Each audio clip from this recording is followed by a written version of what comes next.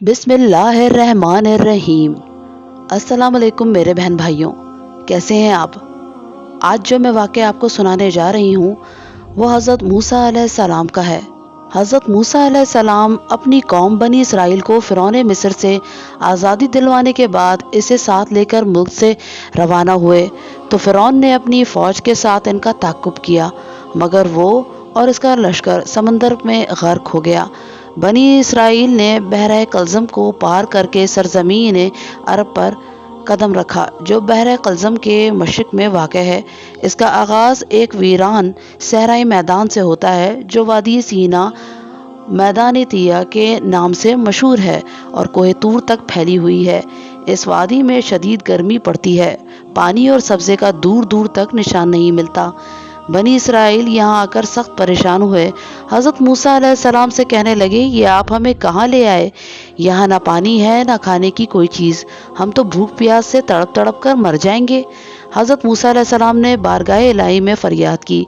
अल्लाह ताला ने वही नाजिल फरमाई, हुक्म हुआ कि अपना असा ज़मीन पर मारो। हज़रत मूसा अलैहिस्सलाम ने तावील हुक्म करते हुए असा एक चट्टान पर मारा तो इसमें से पानी के 12 चश्मे जारी हो गए। बनी इसराइल के 12 कबाइल थे, हर कबीले के लिए एक एक चश्मा ख़ास हो गया।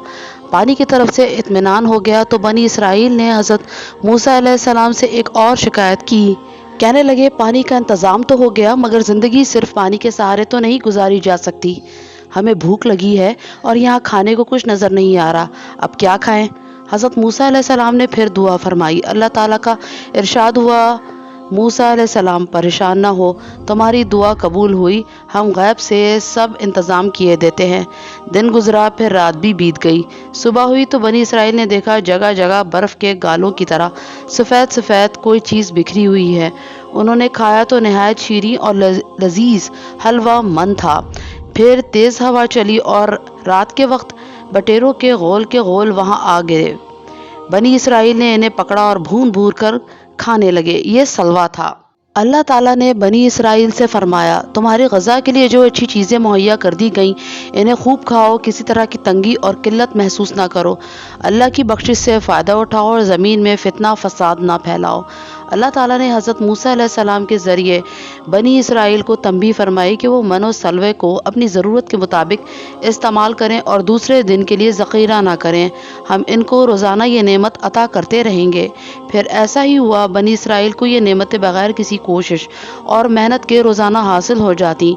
अब बनी इसराइल ने एक और मुतालबा कर दिया। कहने लगे, मकानों और सायादार दरख्तों के ना होने से गर्मी की शिद्दत हमें बहुत परेशान करती है, कहीं ये गर्मी हमारी जान ही न ले ले।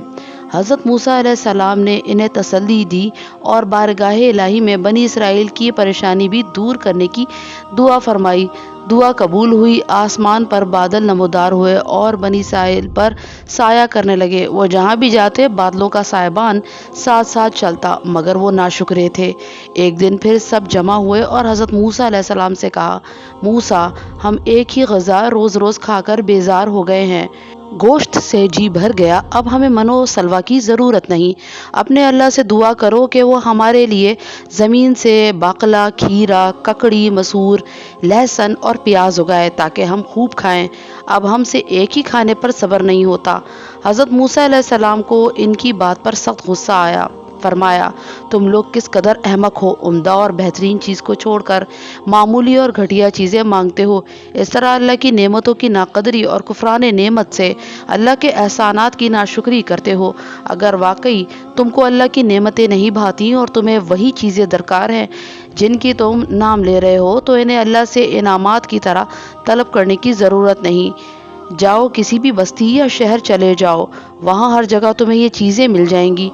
ये सुनकर बनी इसराइल सख्त शर्मिंदा हुए और नदामत से सर झुका लिए। इस वाक़े का जिक्र कुरान हकीम की सूरतुल बकरा 57 ता 61, सूरतुल आराफ आयत 159 ता 160 और सूरतुल ताहा आयत 80 ता 82 में किया गया है। सबक हमें ये मिलता है कि इंसान को अल्लाह ताला की नेमतों की कदर और उन पर शुक्र अदा करना चाहिए और हमारा ईमान होना चाहिए कि हमारे लिए वही बेहतर होता है जो बारगाह इलाही से हमें अता होता है।